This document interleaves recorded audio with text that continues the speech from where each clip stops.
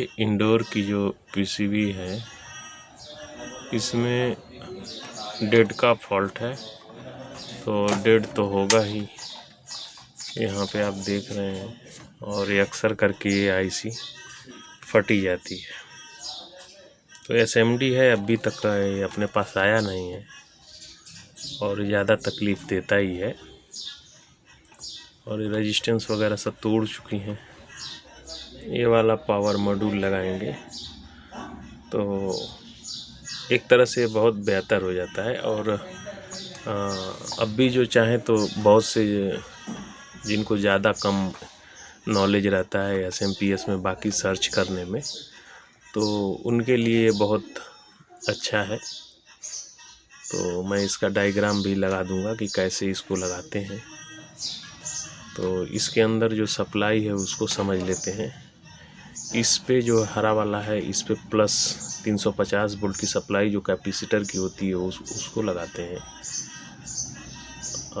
White वाला जो है इस पे कैपलर का जो फीडबैक आता है वो लगाते हैं। कैपलर के द्वारा जो सेकेंडरी में वोल्टेज बनेगा उसका फीडबैक वाइट वाले में देते हैं।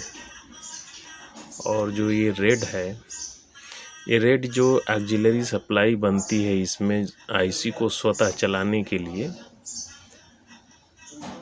जो जनरेट जैसे एसएमपीएस ऑन होता है तो एक सप्लाई बनाते हैं।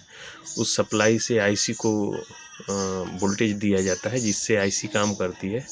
तो उसके लिए ये जो प्लस निकलता है यहाँ पे एक डायोड रहेगा, उस पे लगाते हैं। इसका डायग्राम में मैं दिखा दूंगा आपको।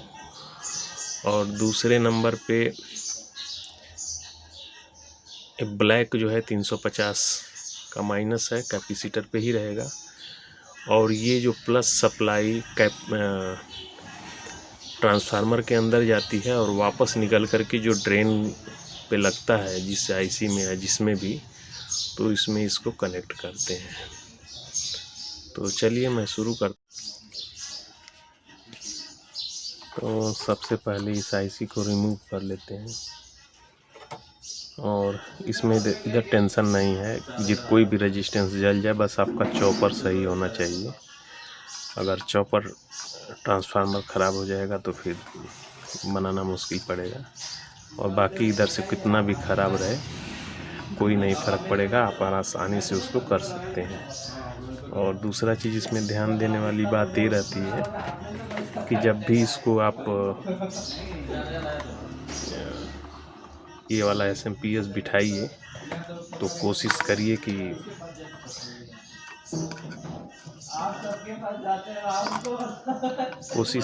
कि यहाँ पे जो कैपलर लगा है ये वाला, इस कैपलर को भी चेंज कर दीजिए साथ में।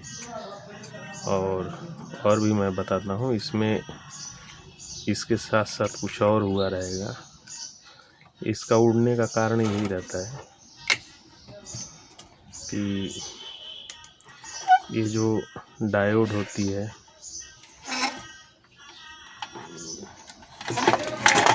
ये वाला ये डायोड, ये ज़्यादातर शॉर्ट हो ही जाती है। और इसके वजह से ये होता है इसमें, क्योंकि जब भी आपके पास बार बार कोई सर्किट आती है कोई भी कंपनी का, तो आप उसमें देखेंगे कि कुछ तो आपको एक सिमिलर फॉल्ट मिलता जाएगा। तो उस कंडीशन में आपको आइडिया एक लग जाएगा कि इसके अंदर फेलियर कुछ तो है। अभी यहाँ पे ये बराबर बता रहा है, फिर भी मैं इस कैपलर पे शक है तो कैपलर भी चेंज करूँगा और फिर मैं इसका कनेक्शन कर लेता हूँ तो आपको दिखाता हूँ। कोई भी हो, बहुत बड़ी चीज़ नहीं रहता है, और थोड़ा सा सावधानी और थोड़ा सा अलग अलग ढंग से देखेंगे, सोचेंगे इसके बारे में, तो बहुत कुछ आसान हो जाता है। और सबके पीछे का कारण एक ही रहता है, अगर ये सब बनाने के लिए कुछ भी कोई भी सर्किट हो तो आसानी से आप बना सकते हैं, तभी बना सकते हैं जब उसके बारे में आपको बेसिक नॉलेज है। तो अब भी मैंने इसमें लगा दिया, इंस्टॉल कर दिया है। तो चालू करता हूँ तो आप देखेंगे कि अभी चालू भी हो गया और बराबर। तो वोल्टेज भी चेक कर लिया, 12 वोल्ट एकदम बिल्कुल परफेक्ट है, फ्लक्चुएट नहीं कर रहा है। नहीं तो ये ज़्यादातर फ्लक्चुएट करने लगता है। तो दूसरा चीज़ क्या है, इसका डिस्प्ले नहीं आया है। तो कोई बात नहीं है, मैंने चेक कर लिया, ये बराबर है, अभी ये लगने के लिए तैयार है। तो डायग्राम समझ लेते हैं। तो जो मेन कैपेसिटर होता है, प्लस और माइनस, तो इस पे जो है ग्रीन या ब्लू जो रहता है वायर, तो उसको कर लेंगे ग्रीन वाले को। ग्रीन वाला ये 330 या 320 वोल्ट जो रहता है, तो प्लस यहाँ पे ज्वाइंट कर देंगे। और जो ब्लैक है, ब्लैक वायर यहाँ पे कनेक्ट कर देंगे। और जो ट्रांसफार्मर में अभी आप देखेंगे ऐसे होकर के ड्रेन के लिए जाता है, तो ये सप्लाई ऐसे आती है। तो ये वाले पे येलो को ज्वाइंट कर देंगे, ठीक है, येलो। और एक और एक्सिलरी इसमें सप्लाई बनी रहती है, तो ये तो ग्राउंड ही रहता है इसके साथ में।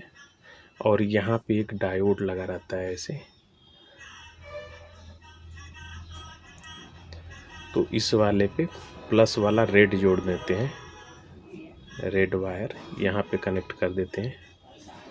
और अब बचता है अपने पास वाइट वायर। तो जो कैपलर रहता है, कैपलर के इस साइड से तो इनपुट रहता है इस सप्लाई का मेजर करने के लिए। तो इसका भी एक सिरा तो ग्राउंड ही रहता है, दूसरा वाला फीडबैक रहता है। तो इस पे वाइट वाले को जोड़ देते हैं। बस इतना ही काम रहता है। अपने आप में एक तरह से SMPS खुद ही है, फीडबैक वगैरह बस इसको देना रहता है, बाकी सब इसके अंदर इंटरनली है, IC वगैरह। तो जैसे भी समझें, काम वही कराना है। तो चलिए।